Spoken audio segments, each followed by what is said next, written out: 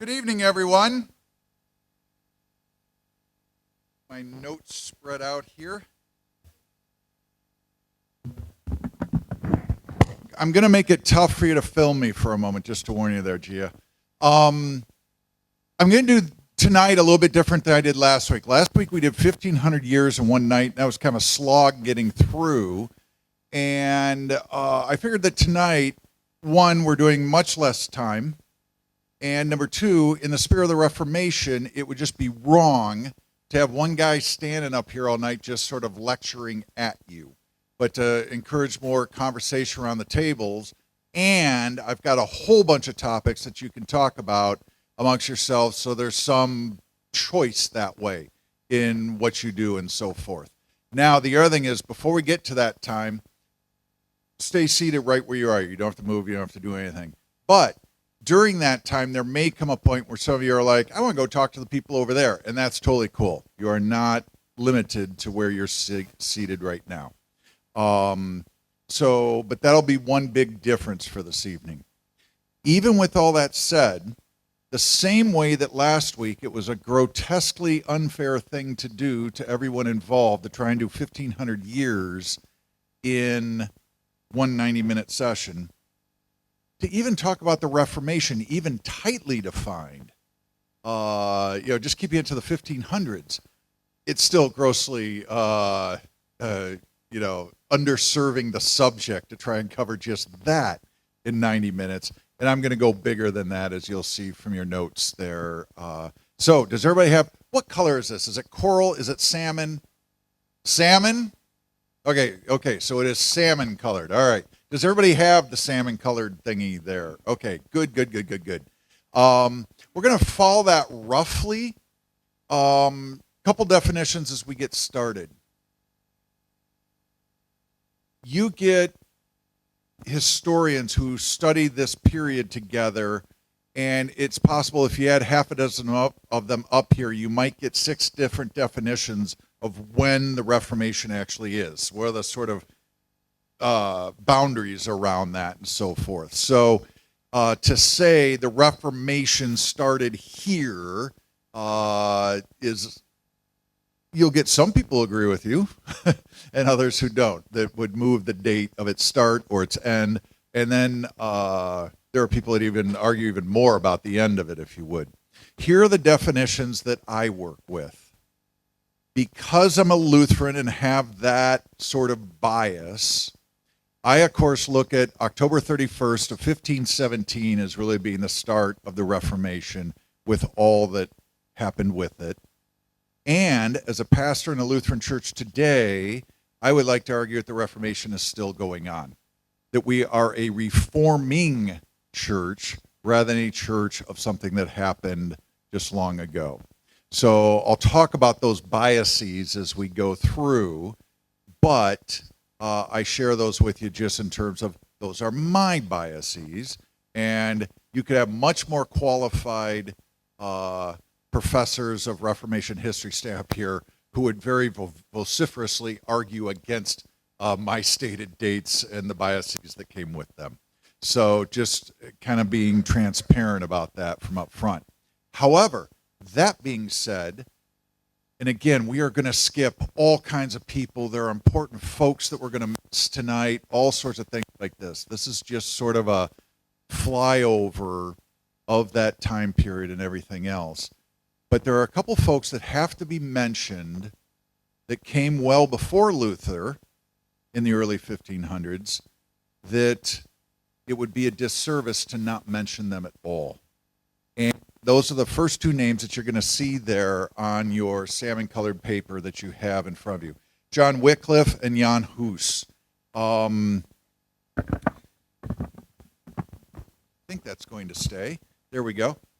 So, John Wycliffe. Now, here for him, we're bouncing over to England. Many of you probably did not expect a discussion of the Reformation to start talking about England as a place there. And you notice his birth date in 1324, and he died in 1384. I just said I thought the Reformation pretty much began in 1517. So, we're just about 150 years almost out ahead of that, and I'm talking about somebody else.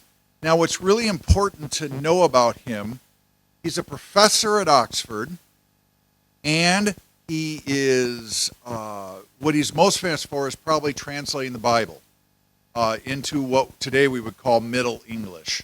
Now, again, there are modern historians and so forth who want to question, well, how involved was he actually in the translation that has his name and all sorts of other things like that. So, again, if you want to go down, we could spend 90 minutes on Wycliffe easily and just do that with all that he did. What's important to know, he's a professor at Oxford. He's also a Catholic priest. And he spends most of his life criticizing the Roman Catholic Church, of which he is a part, for the very same things that Luther later on will be criticizing the church for. He is very outspoken, and a lot of it, and again, different historians might disagree with this kind of assessment, but Wycliffe gets away with what he does because he's in England and nowhere near Rome. Tighter proximity may have been problematic for him. Geography was his friend at that point. But he spoke out against celibacy, the selling of indulgences, different sacrificial language of the Mass. There were just all kinds of different things that he was very publicly outspoken about in a way that we often say, oh, Luther's the one that did that. Well, there were those who came before. And while Luther's obviously a genius and an amazing person and everything else, he didn't come out of a vacuum. There were others before him who did it. And Jan Hus, again, my second line down there, for all practical purposes, he's Luther just 100 years earlier. Again, that may be a disservice to both him and Luther. But he basically was fighting the same fight that Luther was just 100 years earlier. He was a professor in Prague. Now, one thing you're going to find here is that almost all of our reformers, and those of us like me who are former campus pastors like to point this out, almost everybody involved in the Reformation was a campus pastor in some way, shape, or form. When meeting at the church-wide offices, we would declare our campus pastor Reformation qualities and create problems for them. It was fun. But he was a professor in Prague. And one of the fun names, his name, who's roughly translates to gray goose. Now, again, he fought almost every single issue that Luther did. He did not have one huge advantage that Luther had. Anybody can name what the advantage that Luther had that Hus didn't? The printing press. Absolutely.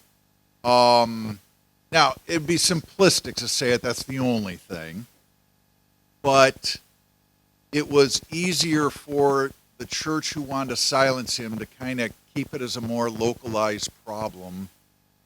And unfortunately, Jan was burned at the stake alive. Not even the privilege of being strangled ahead of time. Now, it is said that as he was going to, I believe it would have been the night before that he was let out to be burned at the stake, he said something that's attributed down there. I think that that's actually more Luther embellishing what he said, more than a direct quote. But the quote that is given to him, because his name's translated to gray goose, now they will roast a goose, but in 100 years' time they'll hear a swan sing. And they'd better listen to him. If you see depictions of art, of Luther in art, oftentimes he's accompanied by a swan. And that was sort of the thing that some wonder if Luther didn't kind of dress this up a little bit to really attribute it to him, or if he did actually say exactly that. But there you go. So again, as we talk about the Reformation, in the strictest sense, the Reformation really wasn't going at that point. A lot of the political, social, and ecclesiastical realities weren't spinning out. But there were people before that time who were raising the same questions, were asking those same questions, and were really struggling with faith in a way that was important. And again, we'd be doing an incredible disservice to just start with Luther. And again, we don't know how familiar Luther was with all those who came before him. I'm guessing pretty familiar. But again, it's hard, especially 500 plus years later, to crawl on the head of somebody. But again, he wasn't raised in a vacuum. Luther wasn't.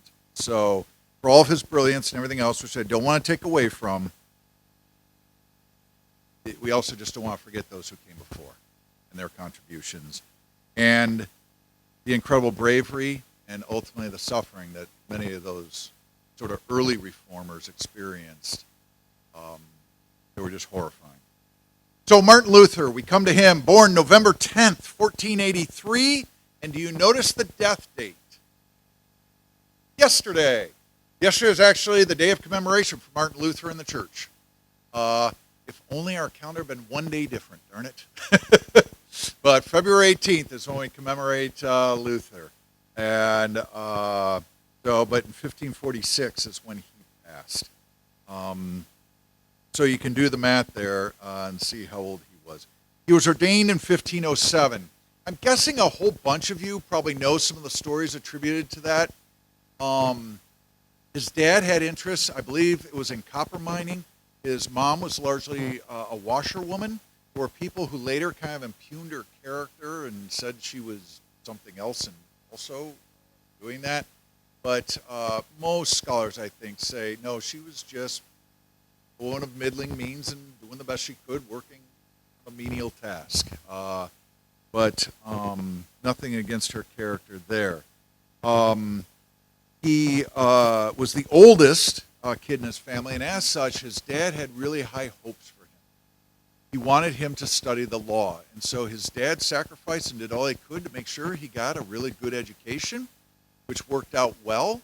And then many of you have probably been told, I know I was growing up as a little kid in Sunday school and so forth, that he was traveling while in school at one point, riding his horse in a storm. Lightning struck nearby. He said something to the effect, a little bargain with God, while praying out, of course, to St. Anne, actually, directly. He was a good Catholic boy that way. Save my life and I'll become a monk.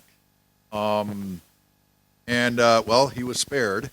And a lot of people think, sort of against his will, he became a monk just to fulfill the promise. And he did talk later about it being a promise. And people who've really studied Luther talk about, and again, diagnosing someone 500 years after the fact is a risky at best venture. Talk about real clinical depression that he was probably experiencing upon entering the cloister for the first time in those first years that he was there. On the flip side of that, for that incident in the storm, he was already somewhat disillusioned with law and philosophy and other things as well. And while he was good at it, learned it well, he wasn't necessarily sure that that's where he wanted to go with a career or something like that. So for any of you that have ever been in this position, when I was 17 years old, I got home from practice one night, and I was just dead dog tired. I was worn out, just wrung out. I had nothing left in me.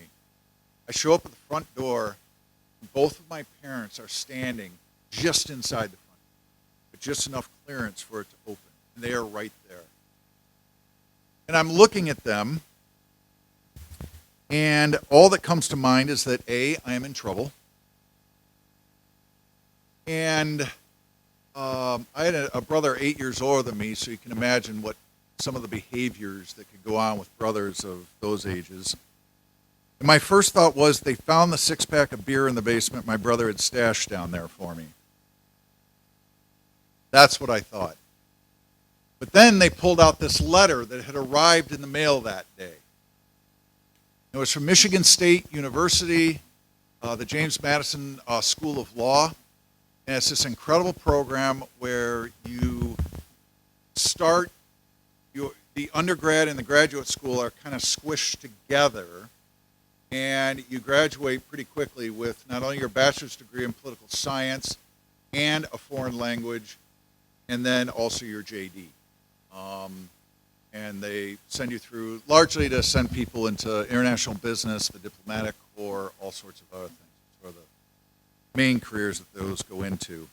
And they had this letter there, and they wanted me to open it right there in the doorway. So I did.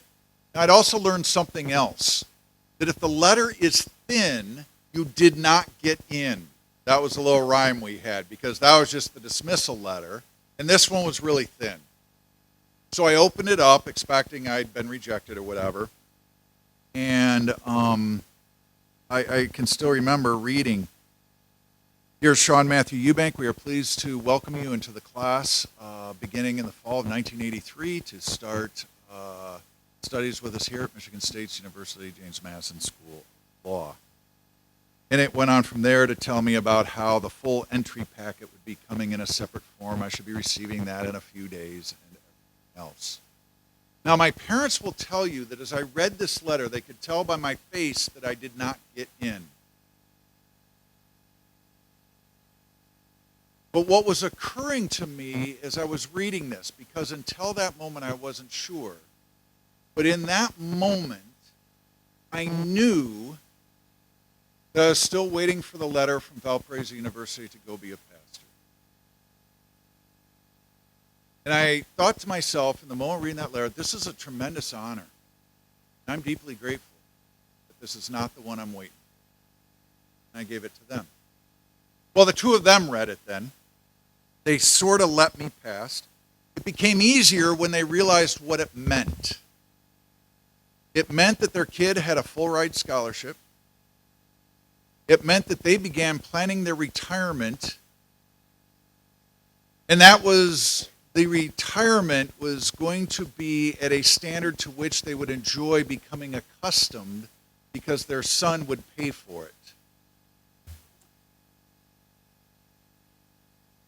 And the celebration carried on into the evening. It was the next day that I told them, yeah, that's great, but that's not what I'm waiting for.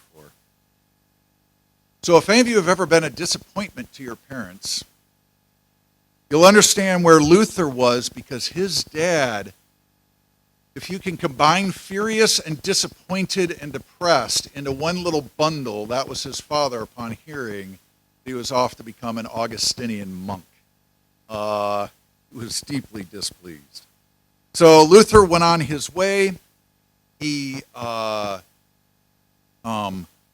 did well there, and again, you will hear all sorts of stories about how he gained insights into things. It is difficult to know. You know that, and I'm just going to own this. You get to be a man of my age and to some degree who sort of tells stories for a living. I will tell stories of my past and other people's past that I remember, and guess what? Not every detail might be exactly true as a historian would want to document things, because the memory has fun with you, doesn't it? Sometimes it helps us to forget things that were kind of painful. Sometimes it helps us to put rose-colored glasses on things and remember really good stuff and forget about the bad. Sometimes it does the opposite. Remember what was painful and forget some of the other things that were good. So our memories distort over time, and so nobody was around chronicling Luther at the earliest days because he's not famous yet and everything else. So some of these early stories we get more anecdotal form. It doesn't mean that they're not fun, though. One of the things that really troubled him was the whole notion of forgiveness. That the idea that he had to confess, be forgiven, and have that clean slate in order to be welcomed into heaven. Well, the problem that Luther pretty quickly identified was, okay, I just went to confession. I now have my clean slate. And within 1 minute, I'm going to screw up that clean slate. And I'm going to be right back in where I was. And I'm going to have to go to confession again. So how many times a day do you have to go to confession? You know, it became for him this impossible quandary that just got him all depressed and everything else. And paired with that, and I'm sorry for the graphicness of this, if you will, but it was also said that Luther suffered from constipation at times.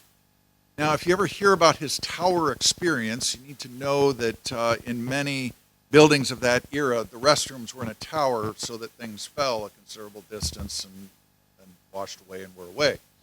That he was there grappling with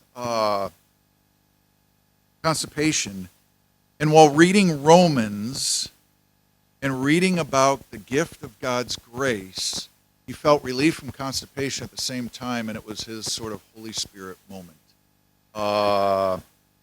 That he was released and relieved on numerous levels. So again, how true, who knows, but it's certainly fun that he went along that way. There's also a story, and this is one that often pastors are told. I don't know how many people otherwise hear it. But Luther encountering serious mental illness. Now, he would have talked about it in very different terms from how we did, but he was a brand new priest, just getting started. And what he was confronted with was a man who had hung himself in a barn. And there were very strict rules around that he was now outside of God's grace. He could not be buried in the churchyard, all the things, and there could not be a proper funeral said for him as well. As a young priest, he certainly knew all of this to be true. But he also knew the man's story and what he had been struggling with and all kinds of things there. And again, it created for him a crisis of faith. If God could not be compassionate to one so troubled as to take that action, then are we really talking about a loving and caring God? Breaking all tradition and everything else, Luther made a deal of walking from the church where everybody could see him to the family home, praying with the widow and the children, and then later that same week conducting service for him in the church, burying him in church grounds. So some of those early struggles just came from very practical ministry that you don't often read about those things. It's more the intellectual insights and so forth. And to that, we get then to his 95 Theses. All right. So in order to get there, we got to talk about the selling of indulgences, because it was basically 95 questions about the practice of selling indulgences. Here's how an indulgence works. I need volunteers. I'm going to use Pearl and Carolyn. Sorry you sat in front. This is, hopefully you don't come to think of it as punishment. Now, we're going to, for tonight, they're going to be sisters in this particular piece here, and one of them passes away. I, as the priest selling indulgences, then go to them and say, now you understand that right now your beloved sister is twisting in the fires of hell. But you can do something about that. Donate enough money to me, and she gets out. It's really that crass. Help me out, Craig. What was they had a little rhyme thing for it. When the copper in the coffer clings, the soul from purgatory springs. Did I get it right? Okay, I got it. Yay, it's good to have a Reformation professor sitting here, so there you go. I mean, little rhymes and songs like that about the idea that your spouse, your sibling, your child, your parent, your whoever you care about, they are, dead and in the hands of an angry God, or even cast off from that God in the fires of hell. But you, by your financial contributions, can change that fate. It truly is a horrible idea. And as bankrupt, theologically, morally, ethically, spiritually, in any kind of way that you can think of, it's awful. Absolutely awful. Now, the problem is Luther, he really, and this contradicts his later life, he really tried to approach this gently. He tried to approach it as sort of an academic argument. Let's have an open discussion about this. Let's carry on. We in Lutheran churches are often raised with this whole thing about him going and nailing his 95 Theses to the door of the church. Now, two things are possibly true about that. One, he may have never actually done that. Number two, even if he did, imagine the powers that be here, fill in the names Patty and Kurt, if I were to go and nail something to the front doors over there, I would probably just go missing. In Luther's day, that was not the case. Church doors are like social media posting place. They're the place everybody goes, and if you want something to be noticed, that's where you put it. Now, again, you have to talk about literacy levels and everything else that goes with that, but it's not sort of the scandalous destruction of property, horrible thing that you might think it to be today. All right? So he publicly posts these things, but again, he was trying to start a conversation that maybe could lead to something of a gentle, well, let's figure this out. He ran into two problems with that, though. The first problem was, well, let me back up. Have any of you ever sent an email and had it taken out of context and then had to try and explain, well, what I really meant was Luther ran into the printing press. He didn't ask for it to be done, but his buddies grabbed that thing and said, these are great. And within short order, pretty much of everywhere in what today we would call Germany had copies. And it's all over the place. And so any kind of context or desire behind it is lost. The second problem he had is Archbishop Albrecht, there in his region, who's the main sort of head honcho overseeing the selling of indulgences, is who ultimately has to have this conversation with. And one of the things, if you ever work in the world of community organizing, they say, understand the power dynamic and the structure of what is going on before you start agitating for change. You need to understand the circumstances you're in. Well, Albrecht, at a very young age, had been awarded, because his family could afford it, sort of, and I say sort of, 2 bishoprics. And then he asked for a third, which would make him an archbishop, have him have a seat even where he could have a vote for the next pope. And those votes could be sold for quite a bit of money. But he really was looking at this as a money-making venture, and he needed to make money because he was in debt over his head. And being granted the right to sell these indulgences and to get the best seller of them out there doing it for him, it also cost him money, but he needed these indulgences or he was in deep, deep, deep financial trouble. And so he's not about to have a gentle academic discussion with anybody about what is now absolutely his lifeblood. And so this thing escalated quickly. And we won't go through all the steps, but by the time you get to 1521, and early in 1521, I think it was like January 3rd, he is at what is called the Diet of, and it looks like worms, it's Worms, but I remember reading that as a kid, the Diet of Worms? What is wrong with those people? Were they really that desperate? Diet basically means, for lack of a better term, a meeting, a settlement of a dispute, a gathering to sort things out. It can even have a legal sort of sorting out thing to it. Craig, how would you define diet? Am I close? Diet, yeah. So he gets called to be there. He's granted safe conduct to get there. But you got to remember, Jan Hus was granted safe conduct as well, as were many other reformers. And then it was pointed out to the people, to usually it was a more secular ruler who was promising that safe conduct. It was pointed out to them that no promise made to a heretic can be kept. Because if you keep that promise, you're in league with the devil. You don't want to be in league with the devil, do you? And so Jan Hus had a promise of safe conduct to go to a meeting, and boy, that didn't work out for him. Luther had one, and he was actually smuggled out.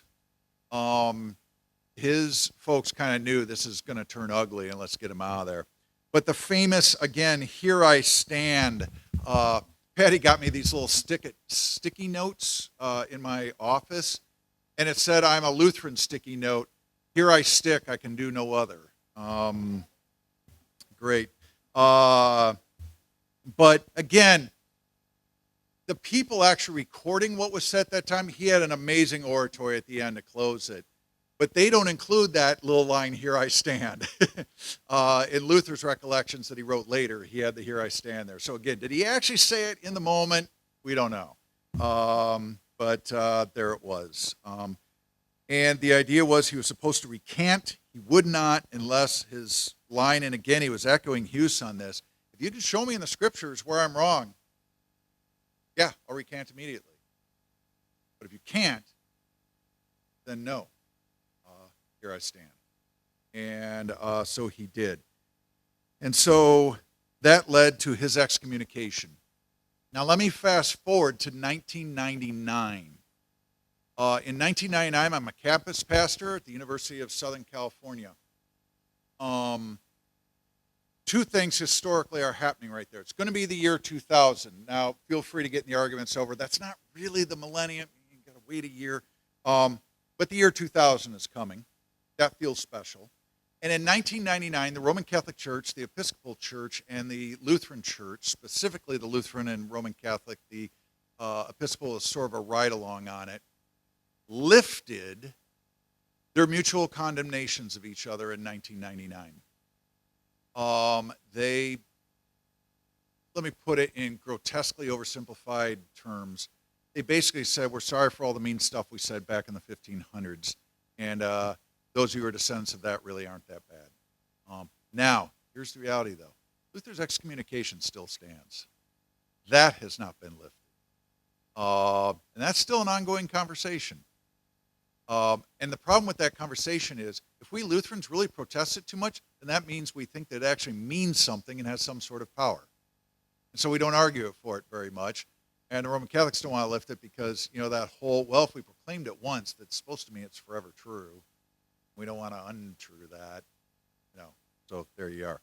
But we did lift all the condemnations in 1999, and then again in 2006. The actual document, 99, was called On Justification. And the whole idea of being justified by God's grace through faith was something that both sides accepted and were able to move on. Now, quick story on that front. I'm a campus pastor. It is Christmas time of 99. Ash Wednesday is upcoming. And I'm there with my fellow campus pastors, the Roman Catholic and the Episcopal campus pastors. We're really good friends. The students are all gone for the season. It's a beautiful sunshiny day. We're sitting in an outdoor cafe enjoying, I remember I had meatloaf along with probably a few too many beers. Because what happened was the three of us sat around and said, wouldn't it be awesome if we had a joint celebration in light of this here at USC on Ash Wednesday? Let's each of us invite our bishops. Now, each of us was pretty sure that our bishops were probably scheduled. And again, I hope you don't leave here thinking a whole lot less of your pastor than you came in thinking. I was the first one to place a call. I called my bishop, just said, I was on first name basis with him and everything, and just, greeted him and just said, hey, for Ash Wednesday, here at the campus, we're really hoping you'd come, and we'd like to have all three bishops there. And he sought a little bit of clarification. You mean they're in? Oh, yeah, of course they're in. He said, well, then absolutely, count me in. Whatever I got scheduled, I'll cancel that. So then I passed the phone, and it's the Episcopal priest's turn to call. He does exactly the same thing. Well, yeah, they're in. And then the Roman Catholic calls his, it was actually a cardinal that he's calling, and says to him, hey, the other two are in. What about you? Well, of course I will be. So Ash Wednesday, we had all three of them there. And, we're standing around the president's office before going over to the auditorium to do the ashes. And we realized two things that we just, as a couple of campus pastors, a few beers into the afternoon, hadn't thought of those earlier months. One, we had no idea how big it would get. People from as far away as Mexico, all over Southern California came and absolutely jammed the streets of Los Angeles to come to this event to get ashes from the bishops. And we created an historic traffic jam. The other thing that we did, because it's supposed to be an hour-long service, and they were there for, I think, 14 hours doing ashes, they stayed. Give them credit. They stayed all the way through. The other thing was, bishops have staffs. I used to be on one recently. And those staff people are charged with like getting bishops together to celebrate important things. Of course they are.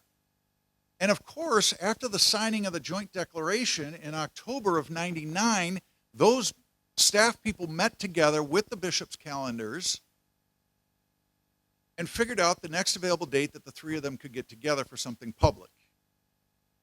And they were 2 years into the future. And here, three sloshed idiots got the bishops together 2 months hence. And it was an amazing thing to look at those assistants and realize just how furious with us they were, and at the same time, how absolutely ecstatic they were that this thing was happening and it was going on. That was a wonderful state of confusion to observe. All of that is to say, Luther gets excommunicated in 1521. At that point, he didn't set out to have a separate church. He was trying to reform the one he was in, and he got tossed out. Now, this very quickly, it doesn't remain just a church fight, if you will. It also becomes a geographical political fight. And so what today we might refer to as almost down to the county level, with different local rulers start picking sides and literally going to war with each other, fighting battles over issues of the Reformation. More on that in a moment, and then he had to basically create a church and do everything else going forward. So I'm going to, and I want to talk about him getting married too. Obviously, one of the issues that was raised was the issue of celibacy.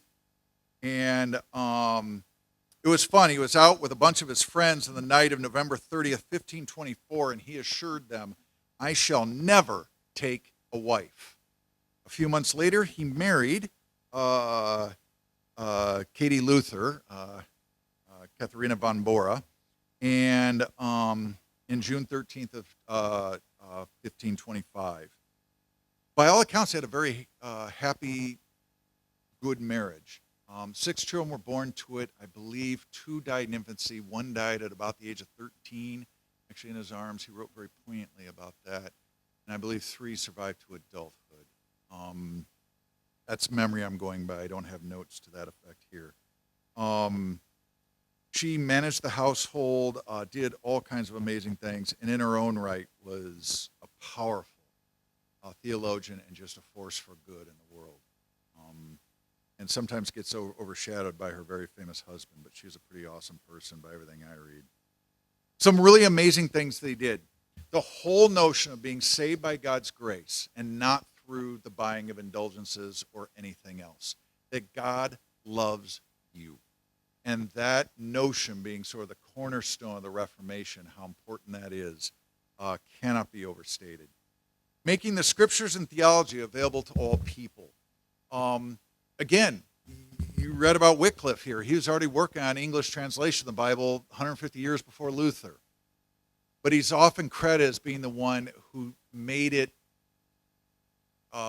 widespread, and then, of course, the printing press is his friend. But getting the scriptures out in the hands of the people and having the people read it for themselves, because before that time it was really just the priests sort of translating it to them and sort of spoon-feeding the parts they wanted to in that sense. And he argued vociferously for that one. And then also theology. His Luther's small catechism and also his large catechism, which was designed more for the priests and pastors. The idea that every parent should be able to be a theologian in the home and teach the basics of the faith, the Lord's Prayer, the Creed, the 10 Commandments, and about the sacraments. To be able to teach those things in the home and to give every home a guide to do that. And the idea that every person can be a theologian, not just the person standing up front. Just incredibly important that way. Hymnody. We still sing songs that Luther wrote. They're in our hymnal today, and not just because we're Lutherans, they're in other people's as well. But again, up until that time, largely, church music was sung by the pros up front. The riffraff coming in just sat there and listened. That's kind of the way it was. He was one of the pioneers. Again, to say the sole pioneer is a disservice to all the others who are working at about the same time doing it too. But he really worked at having the people be able to sing and to make songs singable, and to then also use tunes that they could recognize, and to then have the words be something that we're teaching them at the same time that they're singing it. And that famous thing, the one who sings prays twice. That the song itself is a prayer beyond just the prayers that we speak. Having all of that there. And then, again, Luther was a proponent of what has come down in history to be known as the just war tradition. Again, the commandment, especially as has been taught in Judaism all along and in some strands of Christianity, the commandment is, you always hear it as thou shalt not kill. It's actually thou shalt not murder. There's a difference there. For Luther, there was a notion that for a just war, it was okay to serve and to go off to battle and everything else that went there. He maintained that. He was not a pacifist. He articulated the just war theory, and then, of course, that's been then taken by other people in the centuries since and really fleshed out a great deal beyond what he did. But he was also about saying that the whole notion of holy war is wrong. That the idea of Christians going off to slaughter Muslims is idiotic. That Jesus would have nothing to do with that. You can have a just war, when attacked or whatever, to defend yourself and your neighbor and whatever else. But the idea of, for religious purposes, for Christian purposes, to go off and slaughter a bunch of other people somewhere else, he was not in favor of that at all. And he actually argued for, somebody wants to be a Muslim, let him be a Muslim. Whatever. We're not going to go kill them.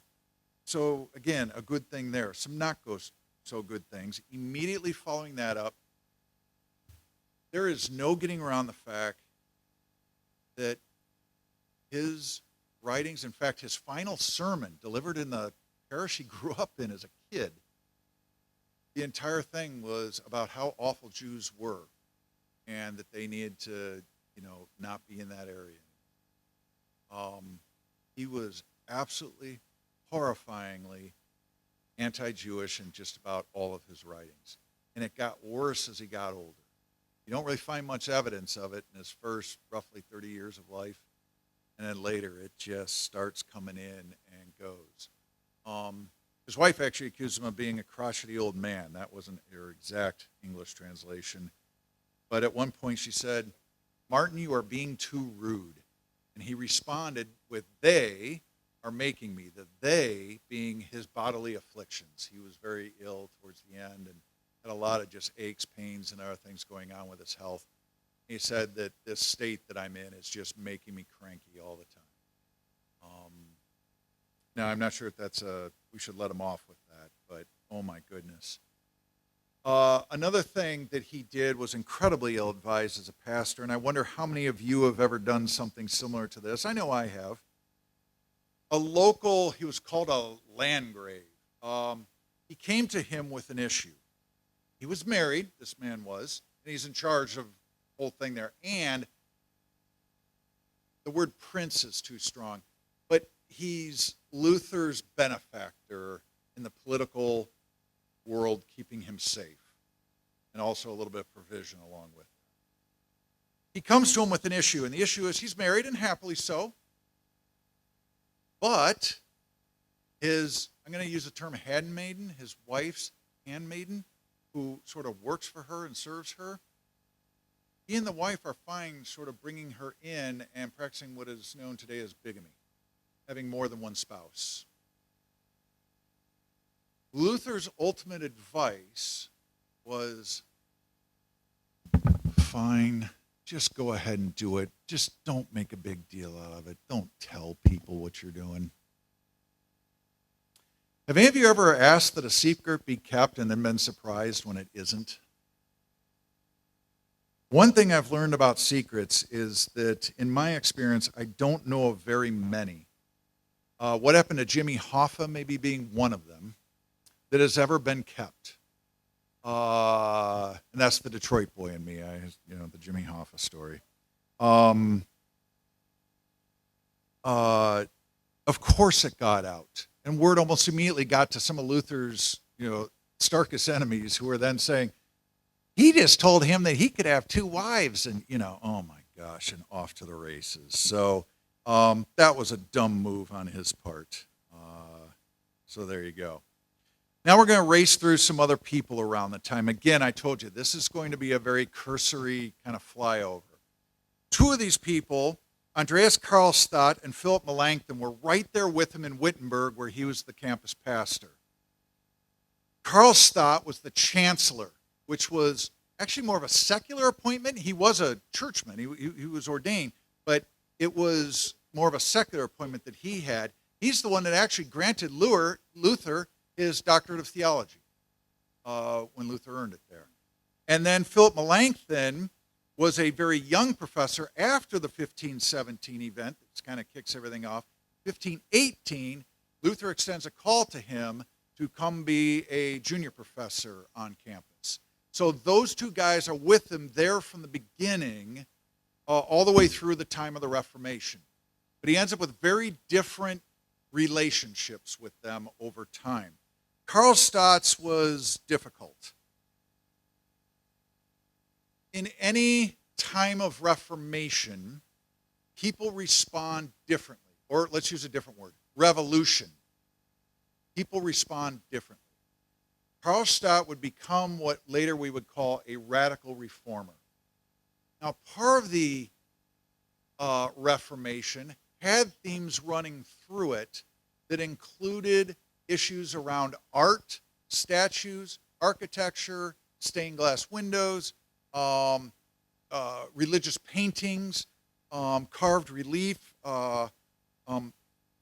frontages for altars and on the church walls and things of that nature. Anything that you could think of being art depicting religious themes. In a throwback to an issue, remember we talked about the split between East and West with icons? Almost a revisitation of this going on here in now the 1500s.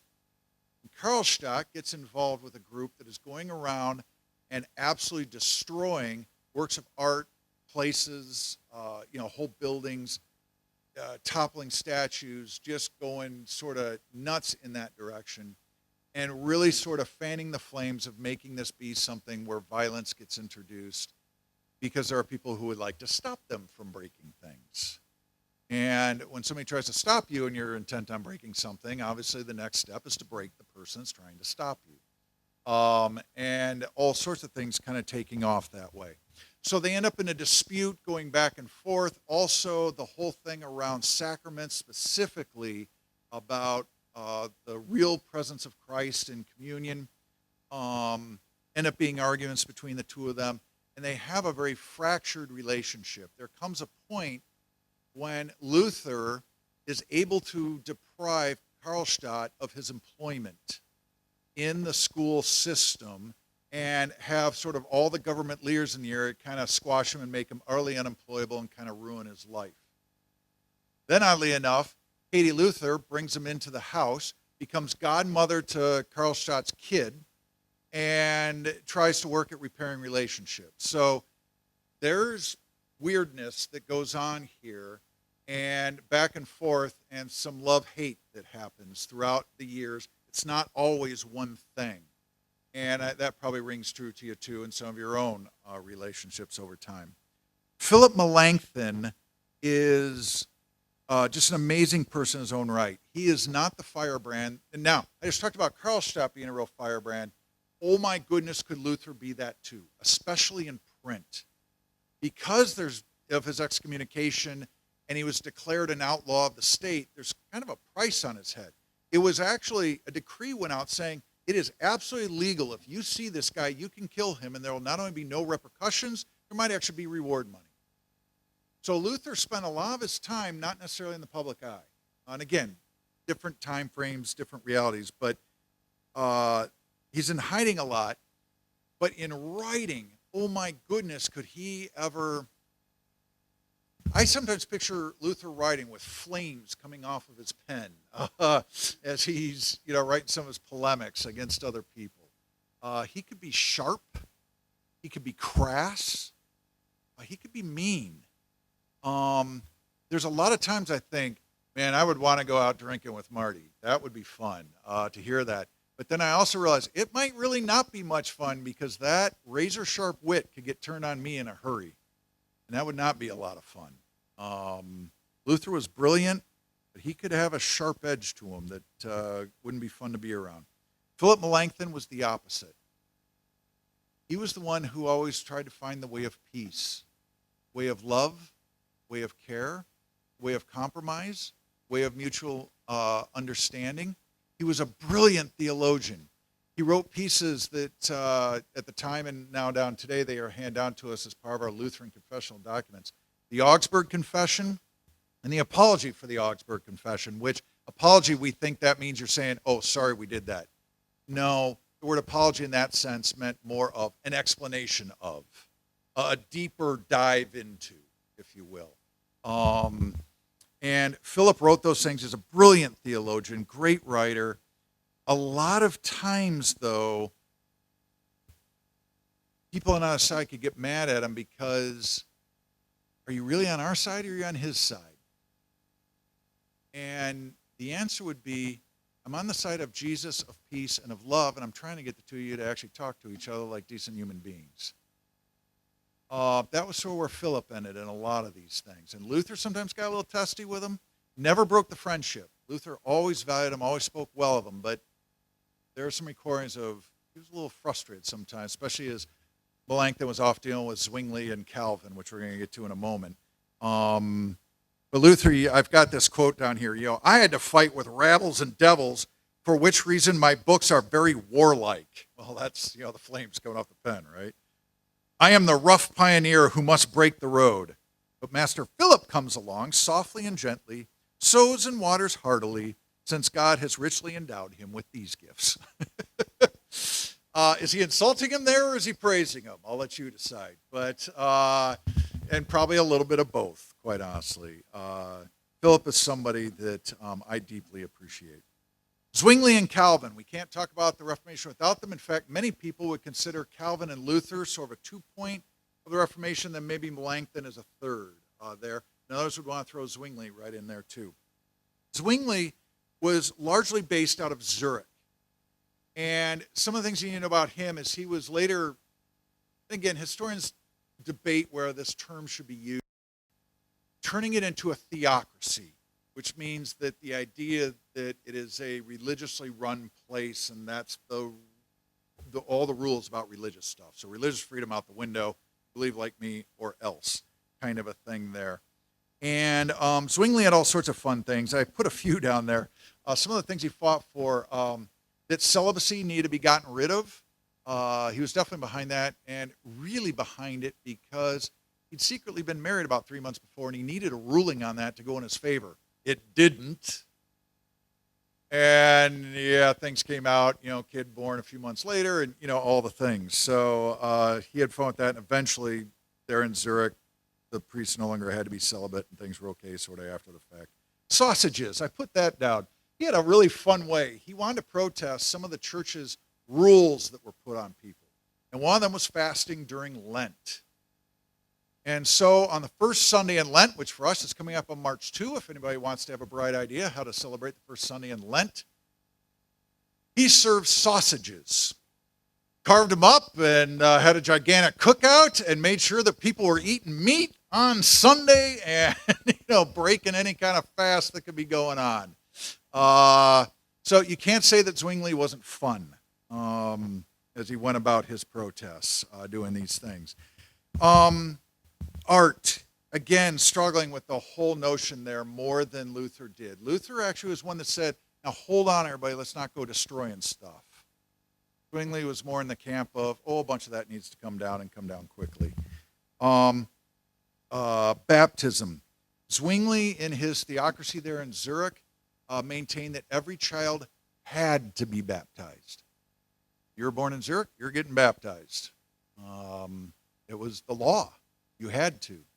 There were Anabaptist reformers there, though, and you see I've got Felix Mons's name down there, that argued that no, we should hold off on baptism until someone's an adult and they can make their own decision whether they want to be or not, and instead dedicate them to Christ early on and then baptize later.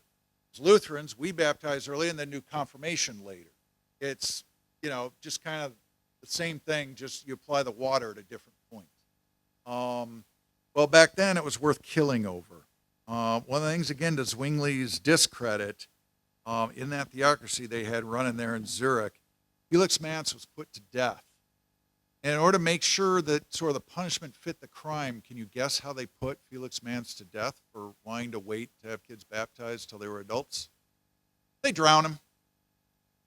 Yep, tied him to a stick, dunked him in a river, made sure he stayed down. Him and a whole bunch of others. And then finally the Anabaptists got the idea and left Zurich. This isn't fun for us anymore. Communion. Let me come back to that. Robes. He got rid of most of the showy things about worship. I'm going to wear plain peasant clothing. And just do that to lead worship, to do anything else. We're getting rid of all this frilly stuff. And that also meant the decoration of the sanctuary as well. He was one that said, communion ought to be served out of a plain wooden cup and a wooden plate. It shouldn't be anything special. What was Jesus' first communion probably on, his Last Supper of the disciples? Probably nothing special. I think Raiders of the Lost Ark dealt with that one well, if you ever saw that movie. So the idea is a very common cup is what the Holy Grail would be, a little wooden cup. Communion. I want you to jump to page 3. I have disputes over communion down there, and I'm going to give you the world's worst summary of communion disputes. Maybe not the world's worst, but darn close. We're going to start the Roman Catholic position of transubstantiation. I may not do justice to any of these, okay?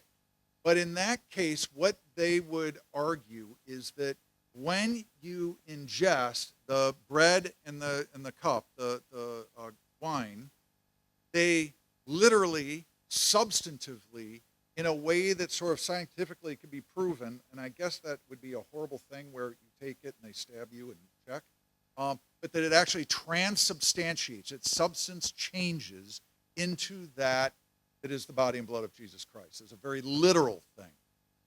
On the opposite end of the spectrum, down at the bottom, you have Zwingli, where he talked about the worship service as a memorial of what happened, and it is symbolic only.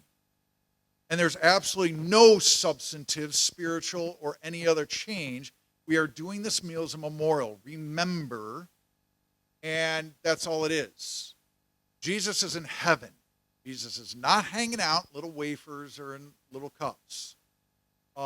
He was very literal about that because his divinity might be able to be all over the place, but his humanity couldn't be, and so therefore it's not really Jesus. So Jesus is in heaven. We're having a meal here. Jesus is present in our remembrance and, symbolically, but not actually. In between that, you have 3 other stages that if you have a razor blade and a grain of salt, I would challenge you to find the difference between these 3. I'm mostly kidding. And again, people have killed each other over these distinctions. But the middle 3 are so close that, like I said, you're almost to a razor blade with a grain of salt trying to find the differences. Consubstantiation is sort of the high Anglican church way of looking at it. It's a shade below transubstantiation. And there what is being argued is that, well, maybe you scientifically might not find it, but you might. We'll hold out for that. But there you are. So a step below, but, maybe it's not actually changing, but darn it, definitely there. The one in the middle is where Luther came down, and both Luther and Calvin used the same language of sacramental union. that God is present. Luther's terms were in, with, and under the elements of communion. So it's still bread, still wine, but darn it, God is present. The real presence is there. And he would talk about substantively, while absolutely arguing against the Catholic thing, that at no point could you cut someone open and determine that it changed in its formation to something else. So let's not bother cutting people open that way. Calvin used exactly the same words, except he would use the real presence spiritually, not substantively. That spiritually is present. Now, Luther and Calvin, I don't believe, ever actually met together. Does that jive with where you are? Melanchthon was the go-between between them, and they would come together, and there was this one conference that they had, one of those diets or diets they went to, that they had 15 points to agree on. They agreed on 14 of them, nailed it, and these words of substantially and spiritually became the hang-up and couldn't agree on the 15th. And so from then on, Luther, being the incredible, nice, kind, charitable person that he always was, condemned Calvin as not only being of the Zwingli faction, which he was not, but that he wasn't even a Christian anymore. We agree on 14 out of 15, but he's no longer Christian because of the 15th, where he disagrees with me about something that's this razor thin. Like I said, Luther may not be the greatest guy to spend an evening with over beers. So you've got that going. So again, back to Zwingli here. If you go back to your second page, one of the awful things was part of his whole creating a theocracy is then it went to war. It was kind of a surprise call up to battle. Zwingli was able to summon, well, the people helping run the thing with him, about 3,500 soldiers to meet about 7,000 come in their direction. Zwingli was one of those soldiers, and Zwingli was killed on the field of battle. So that ended there. John Calvin, again, he's French, resided most of his career in Geneva with a little stint in Strasbourg. There's a point there where he had to leave Geneva, then come back about 3 years later, so some of his time was in Strasbourg. Mainly the differences, and again, he and Luther agreed, let's just take that number, 14 out of 15 things they'd agree on. The 15th would be that piece on communion, and then predestination. That was one where Calvin stuck with it. He says, I read it in the Bible, I see it there, I can't get past it. He even called it the dreaded doctrine. He's like, I don't like it, I don't think it's good, but I'm reading it, and I think it's true. Again, those are my words put in his mouth, but roughly that's where he's coming down. But those two things kind of separated, again, a lot of geographical and political stuff going on too, separated them. But there they are. And he's often seen as the founder of the Reformed tradition outside of Switzerland. Of course, Zwingli would be inside Switzerland there. Now, John Calvin hosted John Knox. John Knox, the great Scottish theologian, to a point where things got a little warm in Scotland. We're going to learn a little bit more about England and Scotland and the British Isles here in a bit. John Knox retreated from Scotland, came down, and actually stayed in Geneva with John Calvin and formed a lot of his ideas. John Knox then went back and largely brought the Reformed Church, you could call, a lot of its theology and ideals to Scotland. But what was really huge for him was the Presbyterian structure. He had to create a church and how it would work, and he didn't like the idea of popes or heads of state being on top of things. He wanted a much more egalitarian structure working that out, and so became Presbyterian. One of the things you need to know about just about every denomination's name is it is an insult that then got adopted as the name. So those of you who consider yourselves Lutherans, people would call you Lutherans and say, oh, you're a Lutheran. I'm a Christian. You don't follow Christ, you follow this guy named Martin Luther. I follow Jesus. You get the insult? You're a Presbyterian. You care more about the structure. You're a Methodist. You're all about this Bible study methodology thing. You're a Baptist. You're running around baptizing everybody. You're an Anabaptist. That just means you do baptism funkily. All of these were basically insults leveled that then stuck and became what the denominations were named. So when we talk about Presbyterians, again, John Knox wasn't only about that. But again, fascinating person. Take some more time, look him up. He was all wound up there with Queen Mary, and whether he was supporting her or later, he actually called for her execution. My goodness, he got bound up in the politics of his day there in Scotland and separating from England or not, and all the back and forth that went on with that. Speaking of England, Henry VIII, you knew that on Reformation night we'd be talking about an English king known for his wives, right? You need to know Henry VIII is a contemporary of all these people, and actually a pretty darn good theologian. Young Henry was incredibly well educated, really smart, an incredible athlete, all sorts of things. I mean, he was truly what you might call a Renaissance man. And as you might know, he was second in line to the throne. He had his older brother, who was scheduled to be married to Catherine of Aragon, and there was a question as to whether those two ever consummated their marriage or not. She later argued that no, it didn't happen, because that was very important that it not have, because the prince dies.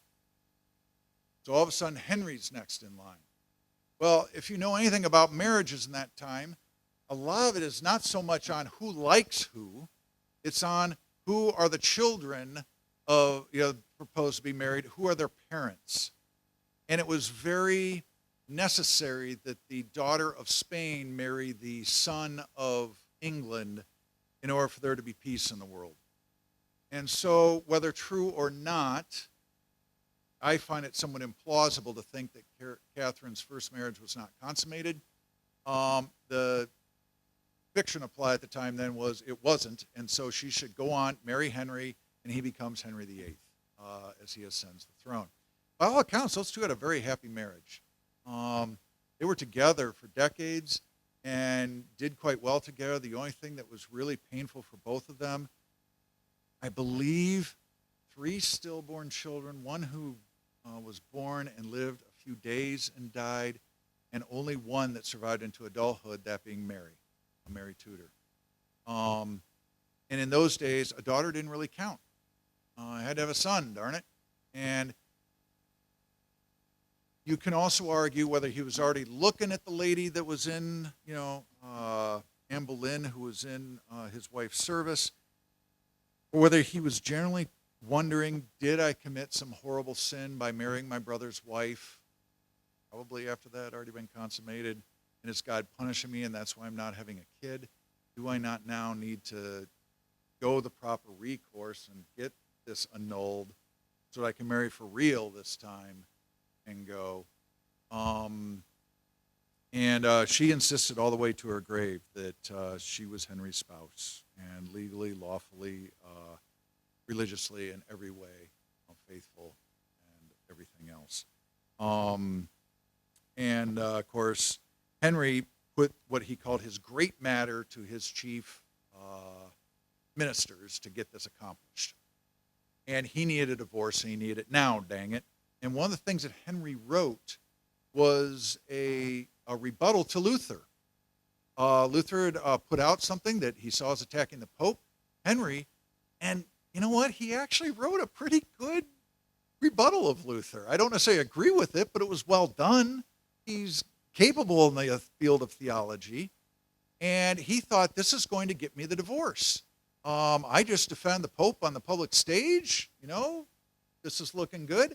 And instead of a divorce, because here's the other problem, the Pope, who desperately needs the King of Spain's support to remain alive, is not about to declare the King of Spain's daughter as somehow illegitimate and divorced and everything else. Again, the whole know who you're asking of and do your power analysis up front. So instead of getting a divorce, he got a title, Defender of the Faith.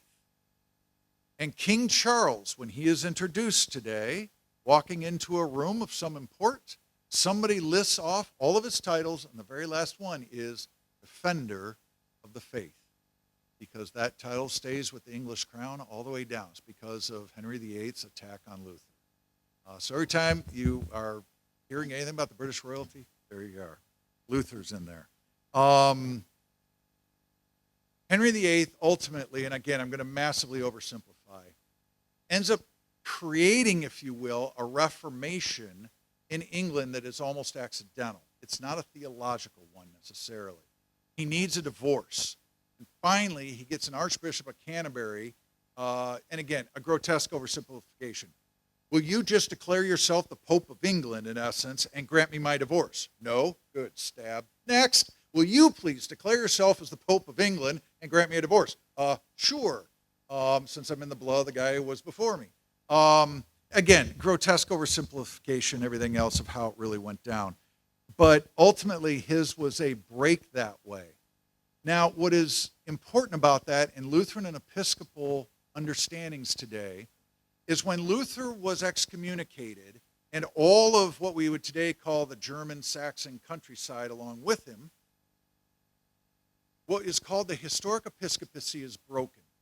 And what that means is, as a pastor, I'm supposed to be able to say the hands that were laid on me at ordination had someone else's hands laid on them at ordination, who had hands on them, who had hands on them, who had hands on them, who had hands on them, all the way back to Peter as the first pope. It's an unbroken line. In the Lutheran case, it is broken. That excommunication shattered that line. We Lutherans, me, are no longer in what is called the historic episcopacy because it got broken there.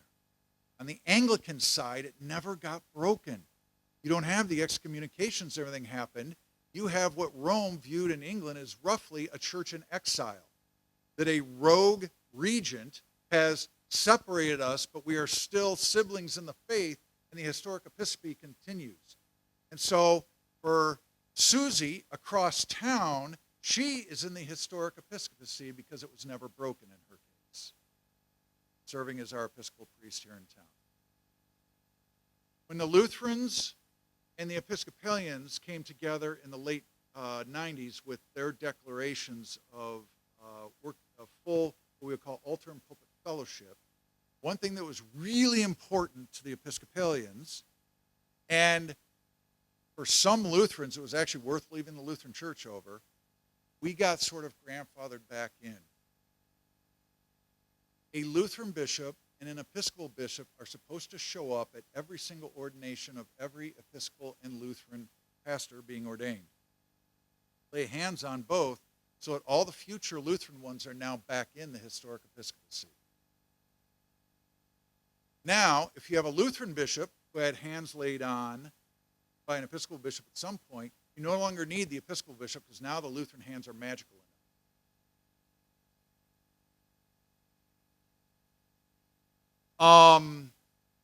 There are a bunch of Lutheran pastors who actually left the Lutheran Church saying, we are not submitting to that. That is not important and is not worth it. I was one of those who said, well, that's kind of silly.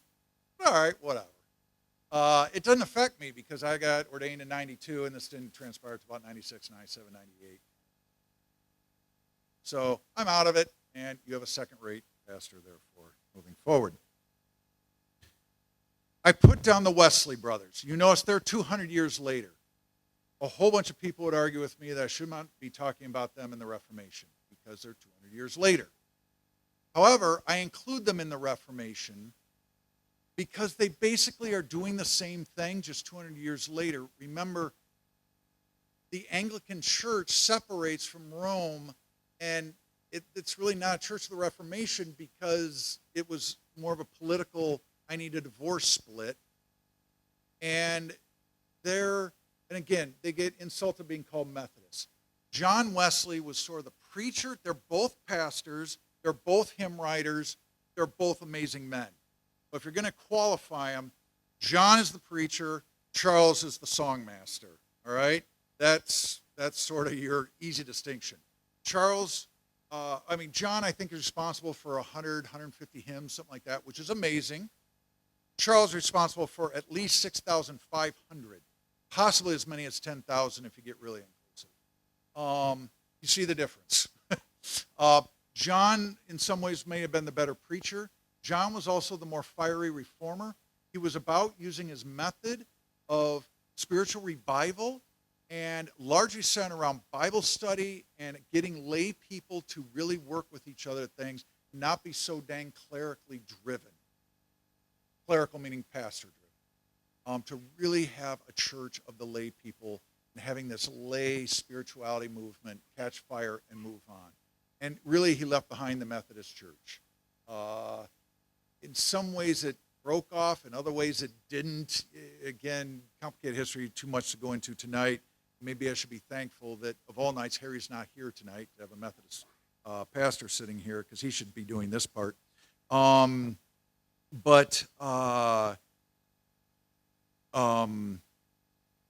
Charles, his hymns, I put 4 of them down there. My guess is, and I'm not going to put anybody on the spot, but you could probably get these tunes in your head. If nothing else, Hark the Herald Angels Sing, I think would come to mind.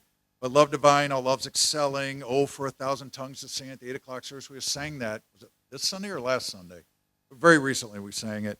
And Come Thou Long Expected Jesus is an Advent favorite. But there's others, obviously 6,500 others. But an amazing gift that we owe. The last 15 minutes, I want you guys to be able to take some time with some questions there on the back here. And if you want to move around and say, hey, we want to talk about this here. But as parts of the Reformation, are you able to share an experience of grace in your life? Something that where you experienced God's grace when maybe you were feeling condemnation from other fronts.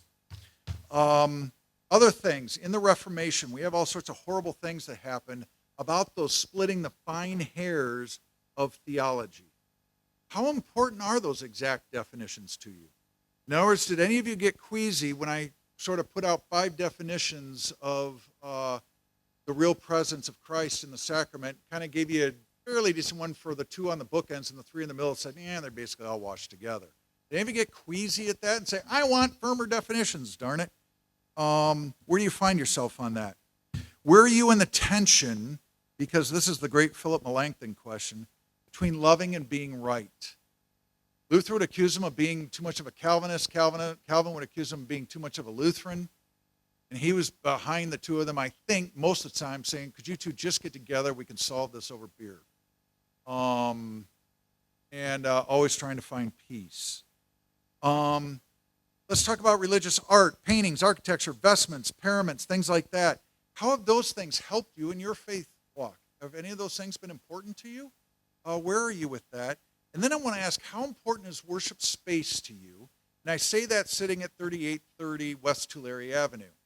Let me throw out one history thing and one thing that may come true someday in the future. After the founding of our church, remember we were over on Church Street, oddly enough, or up there in what today we'd call downtown Visalia, and the decision was made to buy property here. When you look at the pictures, there is nothing here. It is just empty space around a bunch of guys with a shovel. How many of you were here for that? Anybody here? One? Anybody else? There's nothing here. People left the church because we moved here. It was that big of a deal. So we will not be part of this for having moved here. The Methodist church in town moved too, right? Wasn't always over there at what we might call Amen Corner. There now. It is possible, I don't foresee anything, and don't anybody leave here saying, Pastor Sean said we're going to move sometime soon. We are not. There's absolutely nothing out there. But we might someday. You never know. There may be something that would cause us to go to a different location. How important is this place to you? As an assistant to the bishop, who sometimes worked with churches that were looking to consolidate and to join forces, the single biggest issue blocking that often was attachment, either a physical address, space, or the furnishings inside that space. Not issues of theology, not issues of anything else, stuff. Where are you at on that one? What role does music play in your life? Do you want to talk about the tension between the just war theory and pacifism? Anybody there? And what do we do with our embarrassing and painful issues of history? I don't know if you're aware of this, but it is possible that the Reformation is responsible for more deaths than any other event in history. It's really tough to count, but the number of and amount of wars fought over these issues. I mean, in England, you have Henry VIII that kind of took us to a Protestant thing, and then his son takes over but doesn't survive all the way into adulthood. He's in a regency situation. He's Protestant. Then his sister takes over, Mary, and she is definitely Roman Catholic. There's a big swing, off with their heads, all the stuff like that. The number of dead is almost uncountable. And then she's gone, she dies, and Elizabeth takes over.